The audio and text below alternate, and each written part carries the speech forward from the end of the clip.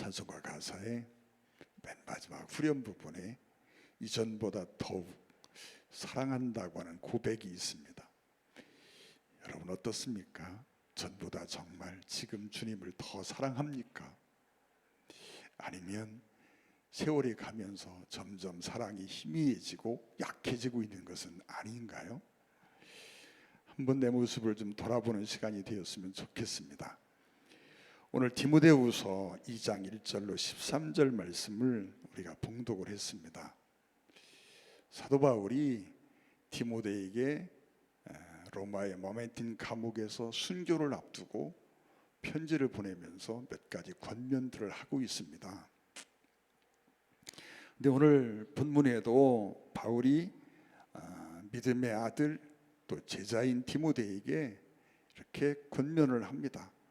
첫째로 1절 말씀을 보니까 내 아들아 그러므로 너는 그리스도 예수 안에 있는 은혜 가운데 강하고, 그렇게 말합니다. 그리스도 예수 안에 있는 은혜 가운데 강해져라, 이렇게 말씀합니다. 여러분, 우리가 어느 때 강해지는지 아십니까? 신앙적으로 내가 어느 때 강하고 담대하고 능력 있고 그런 사람이 될 수 있을까요?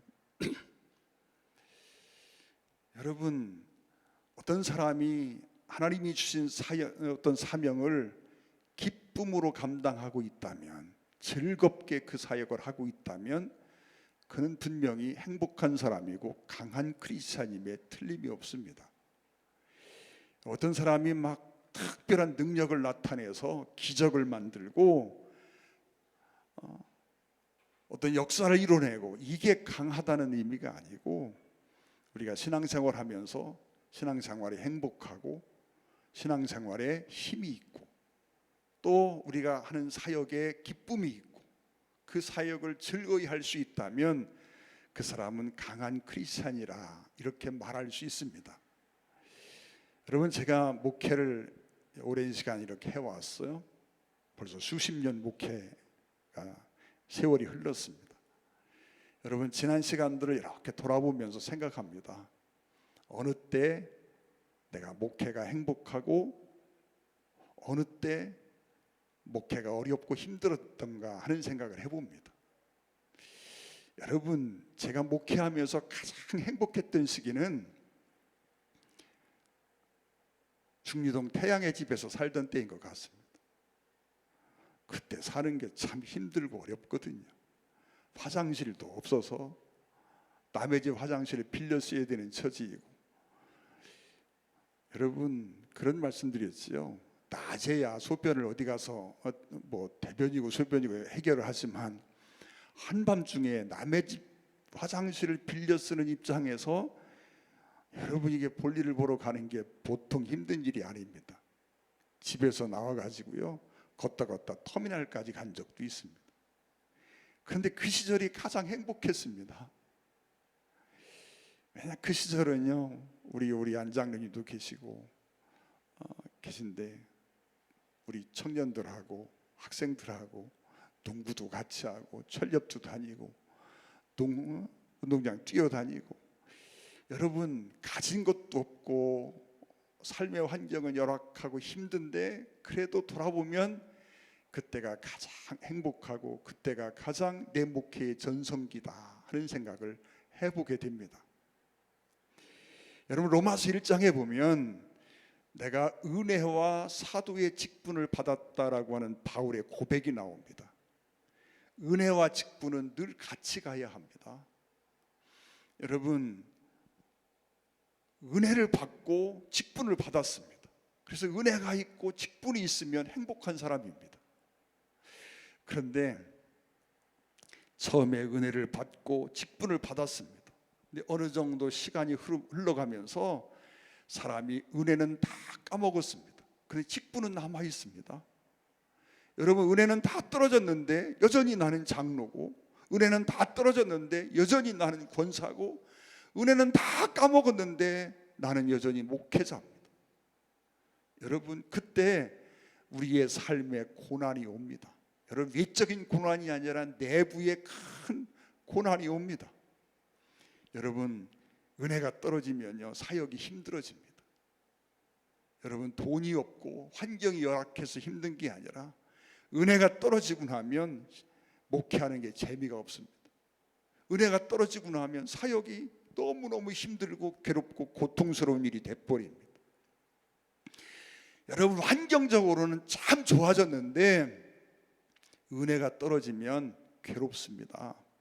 하는 일이 하기가 싫어집니다. 사역이 즐겁지가 않단 말이에요. 그래서 여러분, 사도 바울이 지금 디모데에게 말합니다. 그리스도 예수 안에 있는 은혜 가운데서 강해져라 라고 말합니다. 신앙생활이 재미없습니까? 여러분, 환경이 변한 게 아니라 내가 은혜를 잃어버렸기 때문입니다. 여러분, 은혜가 회복되면 모든 게 다 회복이 됩니다. 그래서 여러분, 잃어버린 은혜를 회복하기 위해서 애쓰는 저와 여러분이기를 주의 이름으로 축원을 드립니다. 에베소 교회를 찾아오신 주님이 말씀하지요, 처음 사랑을 버렸다는 거예요. 그들이 열심히 신앙생활을 합니다. 그런데 첫사랑을 잃어버렸다는 거예요. 은혜가 떨어졌다는 얘기입니다. 은혜가 떨어지면 모든 일이 의무가 돼버립니다. 기쁨이 아닙니다. 그래서 의무로 신앙생활하는 에베소 교회를 못 봐주겠다는 거지요. 만약 어디서 떨어졌는지 생각하고 속히 첫사랑을 회복하지 않으면 내가 네게 임해서 촛대를 옮겨버리겠다. 여러분, 그게 무슨 말씀입니까? 기쁨으로 일하지 못하고 행복하게 일하지 못하고 의무로 일하고 있는 에베소 교회를 바라보면서 주님이 속상하다는 거예요. 더 이상 그 모습을 못 봐주겠다는 겁니다. 우리가 이 시간 한번 생각해 보시길 원합니다. 나는 은혜를 어떻게 관리하고 있는지. 여러분, 우리의 삶 속에서 기쁨이 사라진 원인이 외형적인 조건이라고 생각하지 마십시오. 은혜가 있으면 행복합니다. 여러분, 우리는 영적으로 이런 경험들을 해봤잖아요. 여러분, 아무것도 없고 환경이 너무나 열악한데도 성령이 충만하고 은혜가 충만할 때 여러분, 정말 우리가 얼마나 행복하고 얼마나 기쁘고 즐거웠었는지 기억합니다. 그래서 바울이 말합니다. 예수 안에 있는 은혜에서 강해져라 라고 말합니다. 신앙생활할 때 가장 중요한 게 무엇인지 아십니까? 은혜를 관리하는 일입니다. 은혜가 떨어지지 않도록 여러분, 그리스도 예수 안에 있는 은혜 속에서 내가 항상 머물기를 위해서 우리 애쓰고 수고해야 합니다. 또한 바울이 2절에서 그런 말을 합니다. 또 내가 많은 증인 앞에서 내게 들은 말을 충성된 사람들에게 부탁하라. 그들이 또 다른 사람들을 가르칠 수 있으리라. 여러분, 교회 교육의 모토가 있습니다. 모르면 배우고 알면 가르치라는 얘기입니다. 우리는 평생을 살면서 정말 내가 들은 바 하나님의 말씀, 깨달은 하나님의 말씀이 있다면 그것들을 다른 사람들에게 가르치는 책임이 있습니다. 전해야 될 책임이 있습니다. 늘 말씀드린 것처럼 우리는 복음을 받은 사람들입니다. 그 복음은 죽어가는 생명을 살려내는 복음이고, 여러분, 지옥 갈 영혼을 천국으로 옮길 수 있는 유일한 능력을 가진 것이 복음입니다.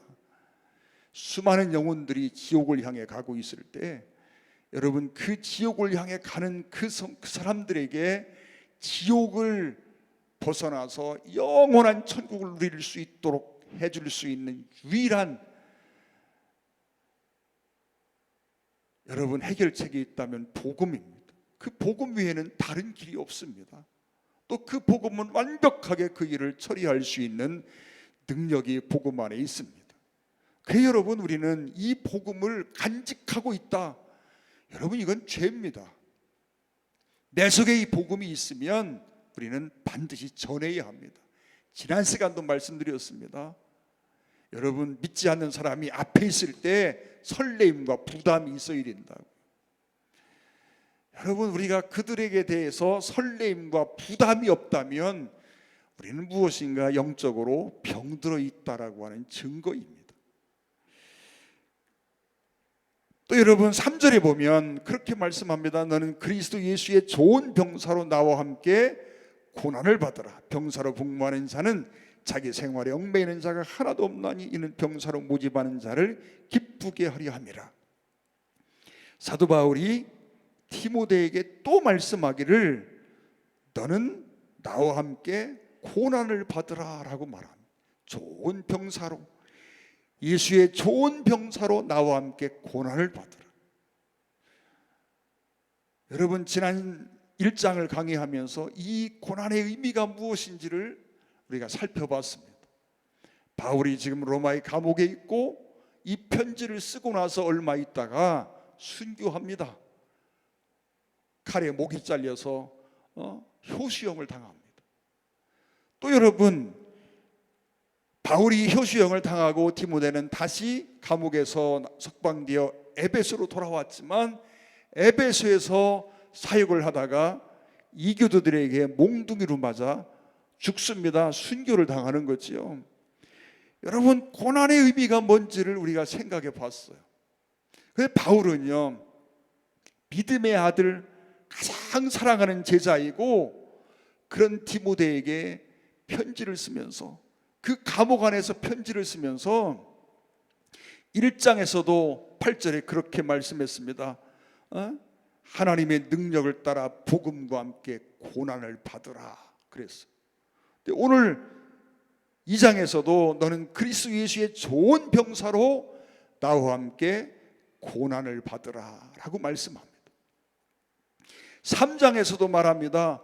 12절에 보면 무릇 그리스도 예수 안에서 경건하게 살고자 하는 자는 박해를 받으리라. 즉 이 박해가 당연한 것이니 피하지 말라는 얘기지요. 여러분 4장에도 가면 그렇게 말합니다. 5절에 그러나 너는 모든 일에 신중하여 고난을 받으며 전도자의 일을 하며 네 직무를 다하라 라고 말합니다. 여러분, 디모데는 마음이 여린 사람이라 그랬습니다. 늘 마음이 여립니다. 겁도 많이 있겠죠. 마음이 여린 사람이 겁도 많지 않습니까?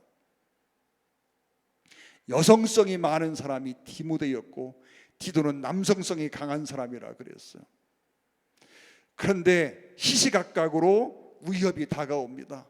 네로 황제의 박해가 시작이 되었고, 여러분 로마 지하에 있는 그 모든 곳에 박해가 여러분 영혼의 불길처럼 일어나고 있습니다. 수많은 사람들이 잡혀 들어갔고 순교를 당했고 목배임을 당해 죽었고, 여러분 자기의 선생인 믿음의 아버지인 바울도 감옥에 있어 이제 얼마 있으면 여러분 순교할 판이고, 주변에 수많은 사람들이 고난 가운데 있고, 디모데는 지난 시간 말씀드린 것처럼 당시 여러분 초대교회의 중심은 에베소 교회였습니다. 예루살렘 교회가 아니었어요.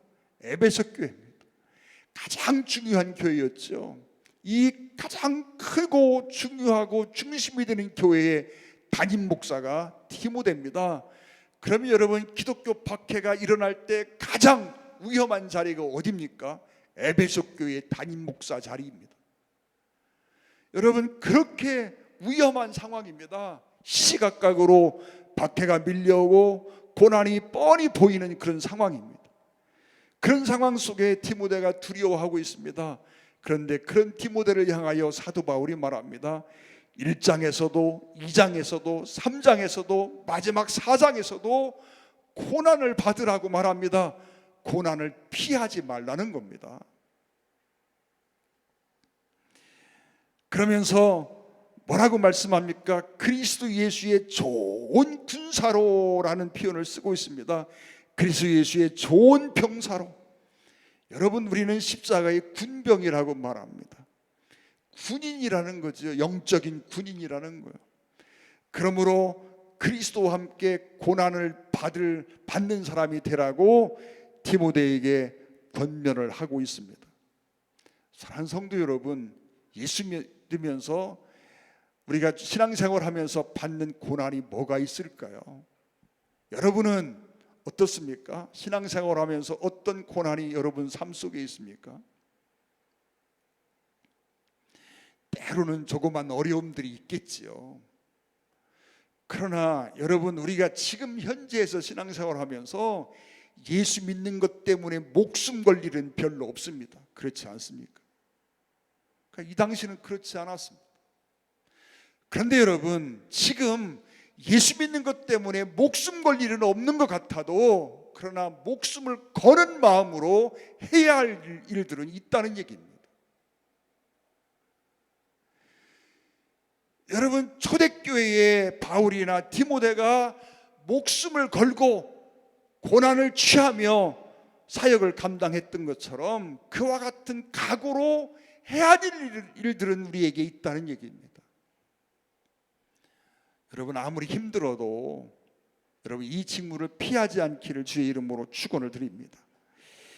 여러분, 우리가 이순신 장군이 하셨던 말씀을 기억합니다. 반드시 죽으려는 자는 살고 반드시 살고자 하는 자는 죽으리라. 여러분, 군인은 자기 생활에 얽매이는 자가 없다고 했습니다. 여러분, 군인은 삶이 굉장히 단순한 사람입니다. 복잡하지 않습니다. 여러분, 우리가 사회 속에서 살아가려면 복잡한 게 얼마나 많이 있습니까? 여러분, 군인은 그 생활을 최고로 단순화시킨 삶을 사는 사람들이 군인입니다. 여러분, 또 군인은 오늘 본문에도 우리가 그런 표현들을 쓰고 있습니다.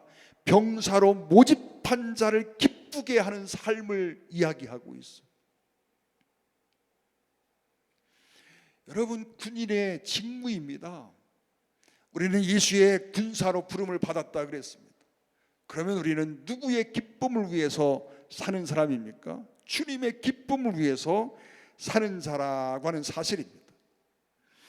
여러분, 병사라고 하는 일이 다 같지는 않습니다. 여러분, 공병도 있고요, 의무병도 있고요, 방위도 있고요. 여러분, 수많은 종류의 병사들이 있습니다. 하는 일이 다 다르고 훈련의 내용도 다르고, 그러나 목적은 하나입니다. 사랑하는 성도 여러분, 우리가 정말 나는 그리스도의 군사로 부름을 받았다라고 하는 사실을 한시도 잊지 않기를 원합니다. 군인에게는 충성하는 마음이 있어야 합니다. 군인에게 요구되는 최고의 덕목은 충성입니다. 여러분, 정말 주님에게 충성하고 있습니까? 내 삶을 보면서 나는 정말 주님 앞에 최선을 다하는 삶을 살고 있어 라고 고백할 수 있을까요? 또 네 번째로 그런 말을 합니다. 5절에 보면 경계하는 자가 법대로 경계하지 아니하면 승리자의 관을 얻지 못할 것이며 라고 말합니다. 여러분, 이 법대로라고 하는 말이 조금 해석이 필요한 부분입니다. 여러분이 법대로라고 하는 말의 본래의 뜻은 어떤 뜻이냐면, 여러분, 경기하는 자가 법대로 한다, 즉 정해진 어떤 법대로 한다라고 하는 것은 규칙을 잘 지킨다는 의미 같이 보입니다. 그런데 그것보다 더 본원적인 의미가 있습니다. 그 근본적인 뜻은 어떤 뜻이냐면, 경기하는 자가 하나님 그 어떤 준비하는 과정 속에서 최선을 다하여 준비하여 내가 비록 우승은 하지 못할지라도 내가 보일 수 있는 최고의 경기력을 가지고 경기에 임하겠습니다 라고 하는 다짐입니다. 여러분, 모두가 우승할 수는 없지요. 그런데 법대로 한다는 말의 본 뜻 속에는 그런 뜻이 있습니다. 내가 이 경기에 임함에 있어서 이 경기를 준비하는 과정 속에서 내가 할 수 있는 최선을 다하여 준비함으로 경기에 임할 때 내가 보일 수 있는 최고의 경기력으로 이 경기에 임하겠다라고 하는 다짐입니다. 여러분, 우리는 그리스도인으로서 주님의 부름을 받고 어떤 일을, 사명을 부여받았습니다. 그러면 그 사명을 감당함에 있어서 우리는 내가 할 수 있는 최선의 노력으로 준비하고 그 사역을 감당해 나갈 때 여러분 다른 사람처럼 더 크고 놀라운 어떤 업적은 이루지 못할지 모르지만 내가 할 수 있는 최선을 다했다라고 하나님 앞에 떳떳이 고백할 수 있어야 된다는 말입니다. 여러분, 우리가 한번 살펴보세요. 우리는 최선을 다하고 있습니까? 나는 그리스도 안에서 정말 주님 앞에서 내가 신앙생활 하는 것이 최선이라고 생각하십니까? 학생의 최고의 의무는 열심히 공부하는 거지요. 제 고등학교 선배님 중 한 분 중에 서울대학교 불문과 교수로 지낸 분이 계시다 그랬어요.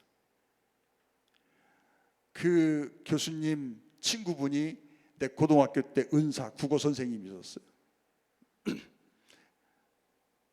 자기 친구에 대한 이야기를 들려주셨는데, 같이 공부를 하는데 얼마나 머리가 안 좋으면 밤새 interesting, INTT 하면서 외웁니다. 그런데 밤새도록 interesting 스펠링을 외우고 나서 아침에 가면 INTT 하다 끝난다는 거예요. 그 머리가 안 좋은 거예요. 그런데 이 친구가 목표를 정했는데 서울대학교 불문과를 목표로 정한 친구들이 다 웃습니다. 야, 안 돼, 낮춰. 그래서 자기는 서울대학교 불문과를 간다는 거예요. 그런데 얼마나 열심히 공부를 하는지, 여러분 엉덩이에 진물이 배기면 친구들이 강제로 공주 백사장, 금강 백사장에 데리고 가서 모래에다 막 강제 찜질을 시키고 했다는. 근데 여러분, 서울대학교를 6번을 떨어졌어요. 그런데 7번째 합격을 했어요. 불문과에. 그리고 프랑스 유학을 갔다 오고 서울대학교 불문과 교수가 됐어요. 제 은사하신 국어 선생님이 머리가 훨씬 좋고 공부도 훨씬 잘했지 않습니까? 그런데 아니, 이 친구가, 그렇게 머리 나쁜 친구가 서울대학교 교수를 한다는 게 도무지 이해가 되지 않아서 어느 날 만나가지고 그 친구에게 미안하지만 내가 너한테 내가 좀 시험 좀 봐야 되겠다. 그러면서 몇 가지 묻는데요, 빙긋이 웃으면서 대답을 하는데, 여러분, 이 선생님이 그런 간증을, 그런 이야기를 합니다. 노력 앞에서 그 노력을 능가할 건 없다. 여러분, 이 학생이 얼마나 간절한 소원을 가지고 얼마나 열심히 노력을 했는지 그 노력의 결과라는 거죠. 공부 잘하던 친구들은 다 공주사대 나오고 공주교대 나오고 해서 고등학교 선생님하고 초등학교 선생님 하는데, 공부 제일 못하던 문열이는 서울대학교 들어가서 서울대학교 교수하고 있는 거예요. 여러분,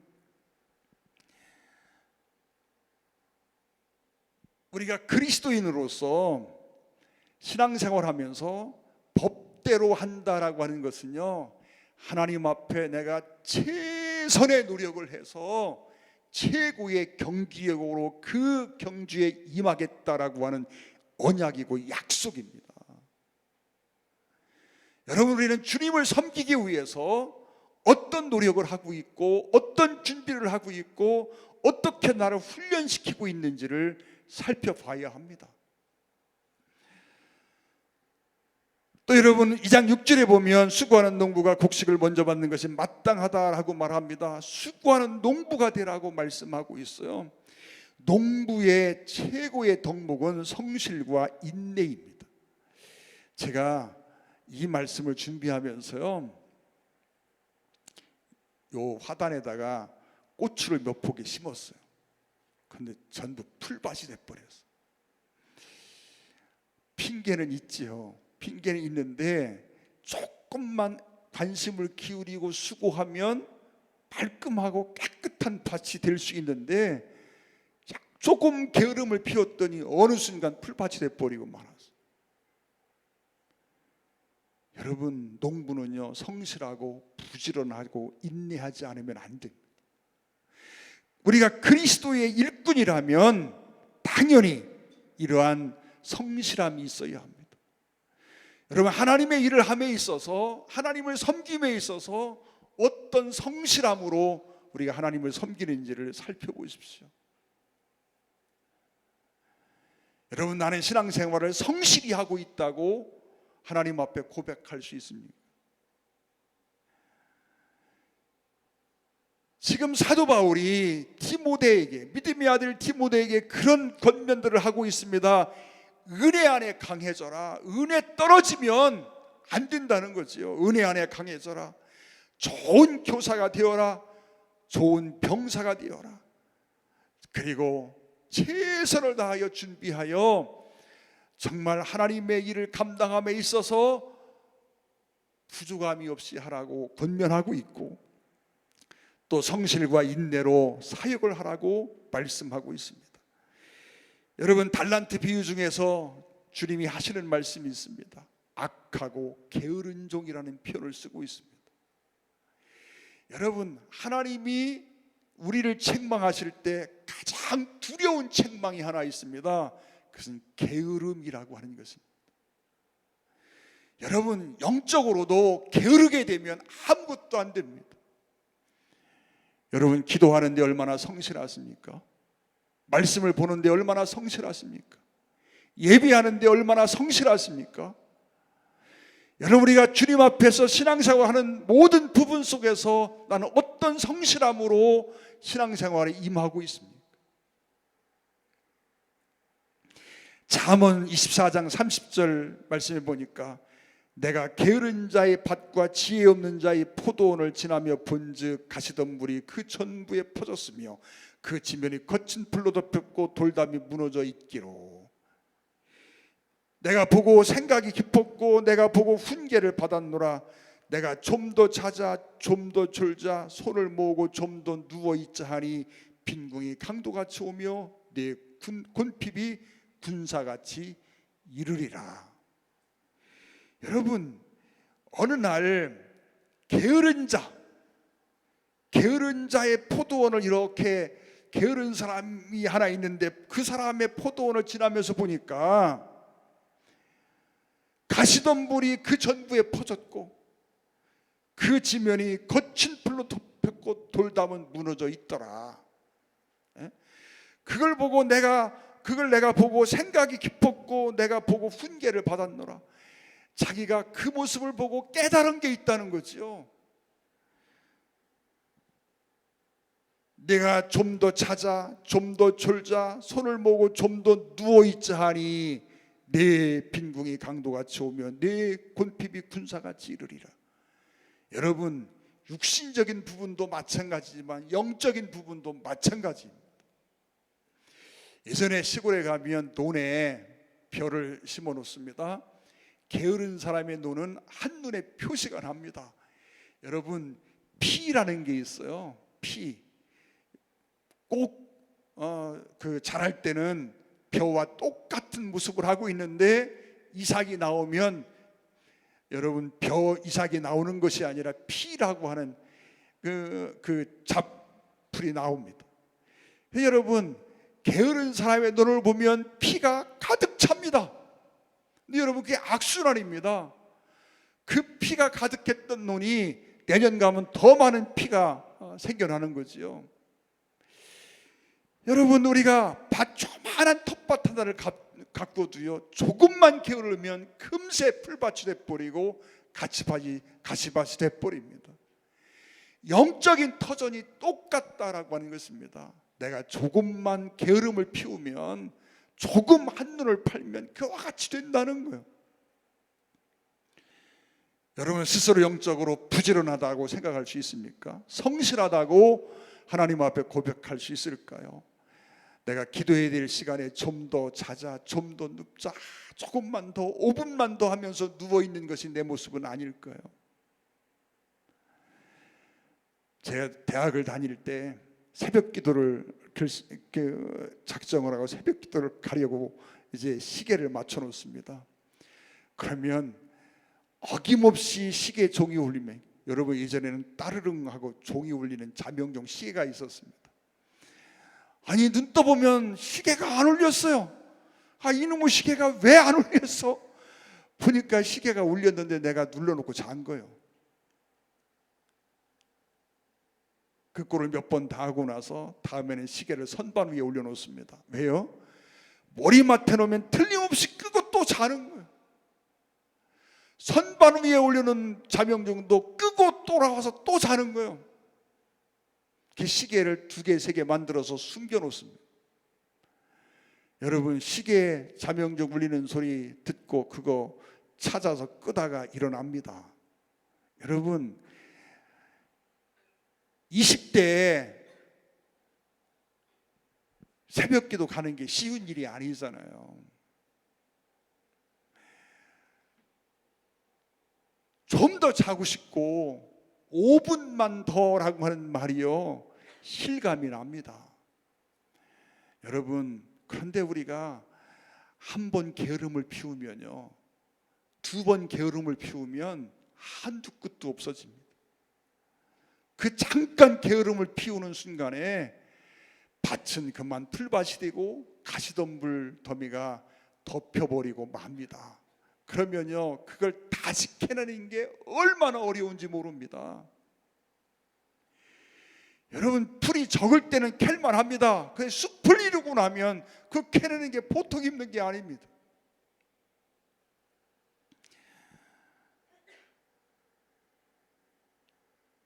또 오늘 본문에서 사도 바울이 디모데에게 편지를 쓰면서 이렇게 권면하는 결론적인 이야기를 하고 있습니다.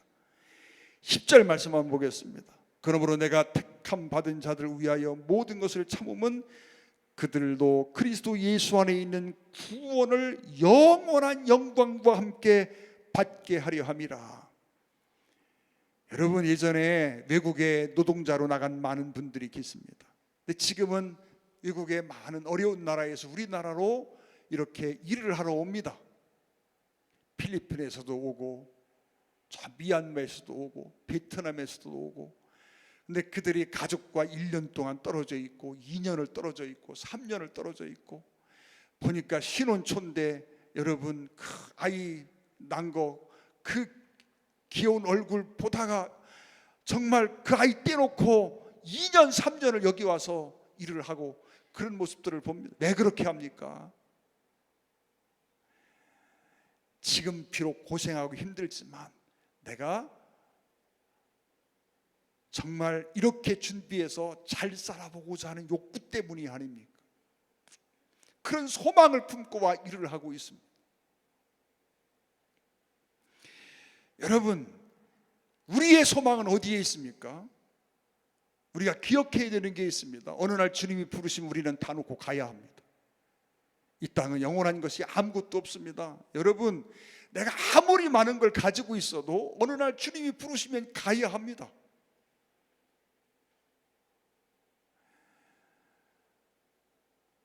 여러분, 우리가 가서 살아야 될 그곳은 내가 100년이나 200년을 사는 것이 아니라 영원을 살아야 되는 곳임을 우리는 잘 알고 있습니다. 사도 바울이 지금 디모데에게, 그 사랑하는 아들 디모데, 그 아들이 고난당하는 것이 얼마나 마음 아프고 안쓰럽고, 여러분, 그 디모데가 당할 고난을 생각하면 얼마나 가슴이 쓰리고 아파요. 그런데 그런 디모데에게 너 고난을 피하지 마라, 내게 닥쳐오고 있는 이 아픔들 외면하지 말고 도망치지 말고 고난을 직면하고 당하라고 말합니다. 왜 그렇게 말합니까? 아니, 고난을 피해라고 말하고 할 수 있으면 좀 편하게 살기를 요구하지, 권면하지, 왜 이렇게 고난을 당하라고 말합니까? 10절에서 말하고 있습니다. 그리스도 예수 안에 있는 구원을 영원한 영광과 함께 받게 하려 함이라. 여러분, 주님이 오실 때 우리에게 주실 상이 있다고 말씀합니다. 네게 줄 상이 내게 있다라고 말씀합니다. 그리고 내가 행한 모든 행위대로 내가 갚아줄 것이다 라고 분명히 말씀하고 있습니다. 여러분, 구원받는 것이 끝이라면 여러분, 지금부터 신앙생활 안 해도 괜찮습니다. 예수 믿고 내가 하나님의 자녀가 되었으면 구원은 상실되지 않습니다. 여러분, 내가 지금부터 신앙생활을 엉망진창으로 해도 내가 지옥 갈 일은 없습니다. 그러나 여러분, 그것이 전부가 아닌 걸 우리가 알지 않습니까? 우리가 꾸는 꿈이 있습니다. 주님 나라에 갈 때 주께로부터 오는 칭찬과 상급입니다. 오늘 화경신학교를 갔습니다. 중국에 가서 산속에 숨어가지고 학생들 앞에 강의를 합니다. 그러다가 공안이 오니까 도망을 칩니다. 나는 중국 지리도 모르는데. 그렇잖아요. 그 잡히면 곤란하잖아요. 우리 송동현 선교사님이 중국 선교사로 가서 당했던 많은 일들을 보면 기가 막힙니다. 그와 함께 사역했던 사람들, 여러분, 그분들 거의 대부분이 다 감옥에 갔습니다. 송선교사는 추방당해서 지금 제주도에 와 있지만 대부분이 다 감옥에 갔습니다. 그런데 어느 날 송선교사가 제게 그런 얘기를 합니다. 같이 식사를 하고 대화를 나누면서 너무 힘들지 않아? 라고 물었더니 그가 대답합니다. 하나님이 내게 주시는 영광을 생각하지 않으면 당장 때려치고 돌아가고 싶다는. 그 사모님이 세상을 떠나셨습니다. 몇 년 전에. 그런데 그 사모님이요, 중국 그 선교사로 가서 사역을 하면서 얼마나 힘이 든지 너무너무 외롭고 힘들고 우울증이 막 치밀 올라와가지고 견디기 힘들으니까 그 높은 다리가 있는데 다리에 가서요 몇 번이나 다리를 올렸다 내리고 올렸다 내리고 그런 경험들이 있다 그래요. 여러분, 영적으로 깨달아 알지만 육신적으로 너무 외롭고 너무 힘이 든 거예요. 우울증이 막 높아지고, 그래서 다리 위에서 뛰어내리고 싶은 충동을 수없이 느끼고, 여러분, 그런 고통스러운 시간들을 보내면서 얼마든지 새롭게 편안한 사역을 할 수 있는 길들이 있음에도 그 길을 포기하지 못하고 가는 이유를 그렇게 말합니다. 주님 앞에 서는 날 주께서 내게 주실 칭찬과 영광을 바라보며 산다는 거잖아요. 사랑하는 성도 여러분, 우리는 주와 함께 왕노릇하는 시간이 있습니다. 2장 11절 12절 말씀 읽고 마치겠습니다. 빛보다 이 말이요, 우리가 주와 함께 죽었으면 또한 함께 살 것이요, 참으면 또한 함께 왕노릇할 것이요. 무슨 얘기입니까? 주와 함께 죽었으면 주와 함께 죽었다, 이미 죽은 것도 있지만 죽을 생명도 있습니다.